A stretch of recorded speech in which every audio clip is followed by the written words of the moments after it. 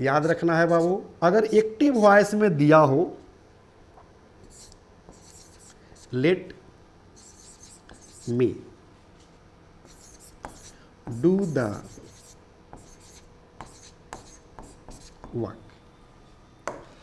पहले इस सेंटेंस को समझिए। लेट तो कह रहा है ना स्ट्रक्चर में लेट, उसके बाद मी, तो मी क्या हो गया बाबू, ऑब्जेक्टिव केस। उसके बाद अदर वर्ड्स कह रहा है, तो डू द वर्क ये क्या है बाबू, अदर वर्ड है। डू द वर्क ये अदर वर्ड हो गया। अब क्या करना है बाबू, इसे पैसिव वॉइस में चेंज करना है।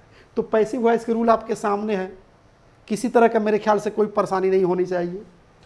तो यहां पर लिख दीजिए बाबू क्या चीज, पीवी यानी कि पैसिव वॉइस।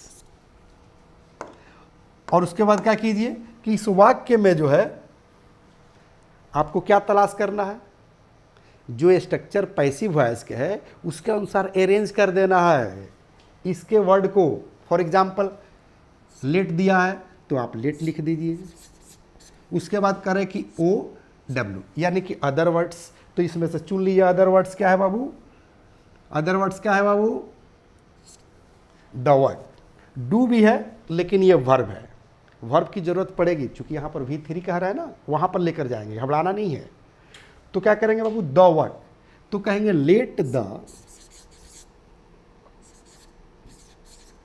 वर्क। हम लोग पहुँच गए कहाँ तक, अदर वर्ड। उसके बाद बी लगा देंगे, लेट द वर्क बी। उसके बाद V3। अब यहाँ पर जो है डू दे रहा है ना, तो डू का तीसरा रूप यूज कर दीजिए यानी कि डन। उसके बाद बाई जो है अपनी तरफ से जोड़ दीजिए। उसके बाद कह रहा है कि एजेंट, तो क्या करेंगे, यहां पर मी कह रहा है ना बाबू, तो मी तो ऑलरेडी ऑब्जेक्टिव फॉर्म में है, तो क्या करेंगे मी को ही ले जाकर पेस्ट कर देंगे। तो यहां पर कर देंगे बाई मी। अब जो है थोड़ा सा समझ लेते हैं। एक्टिव वॉइस में क्या कह रहा है कि let me do the work यानी कि मुझे काम करने दो। ये सेंटेंस मैंने पढ़ाया था, जब इम्परेटिव सेंटेंस पढ़ाया था तो मैंने बताया था कि मुझे पढ़ने दो, मुझे खेलने दो, मुझे इंग्लिश बोलने दो, मुझे यहाँ बैठने दो, मुझे वहाँ बैठने दो, हम लोगों को क्रिकेट खेलने दो, मुझे एप्लीकेशन लिखने दो, मुझे लेटर लिखने दो। बस यही सेंटेंसेस तो इस पर आएंगे बाबू, जिससे हमें पैसिव वॉइस में चेंज करना है। ओके, तो आ गया ना कि let me do the work, मुझे काम करने दो। पैसिव वॉइस में कह रहा है कि let the work be done, काम करने दिया जाए। करे कि बाई मी, मेरे द्वारा, तो मेरे द्वारा काम करने दिया जाए या मुझे काम करने दो, कोई अंतर है? यानी कि मैं ये कहना चाह रहा हूं कि एक्टिव वॉइस और पैसिव वॉइस का जो भी सेंटेंसेज है, जब हिंदी अर्थ निकालिएगा तो हिंदी में कोई अंतर नहीं होता है, कोई फर्क नहीं होता है। कान इधर से पकड़ के रगड़ लो या इधर से रगड़ लो, दर्द तो कान को ही होगा ना बाबू। ओके, तो ये रहा इसका कंसेप्ट। अब आइए जो है सेकंड सेंटेंस हम लोग देखते हैं बाबू। हो सकता है कि एक्टिव वॉइस में सेंटेंस जो है दे दे आपके एग्जाम में कि let him right an application.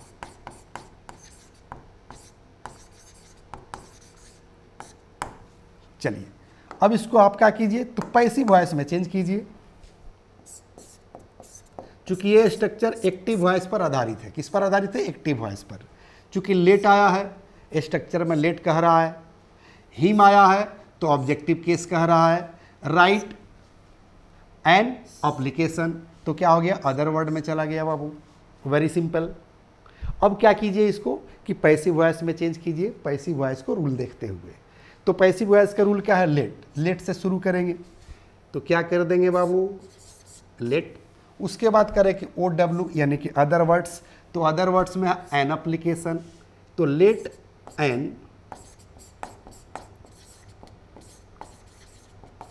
Application यानी कि हम लोग आ गए अदर वर्ड्स। उसके बाद बी जो है अपनी तरफ से जोड़ देंगे यानी कि लेट एन एप्लीकेशन बी। उसके बाद V3, तो राइट क्या है बाबू, V1 है, उसको V3 में चेंज कर देना है। तो राइट का क्या होता है बाबू, रिटेन।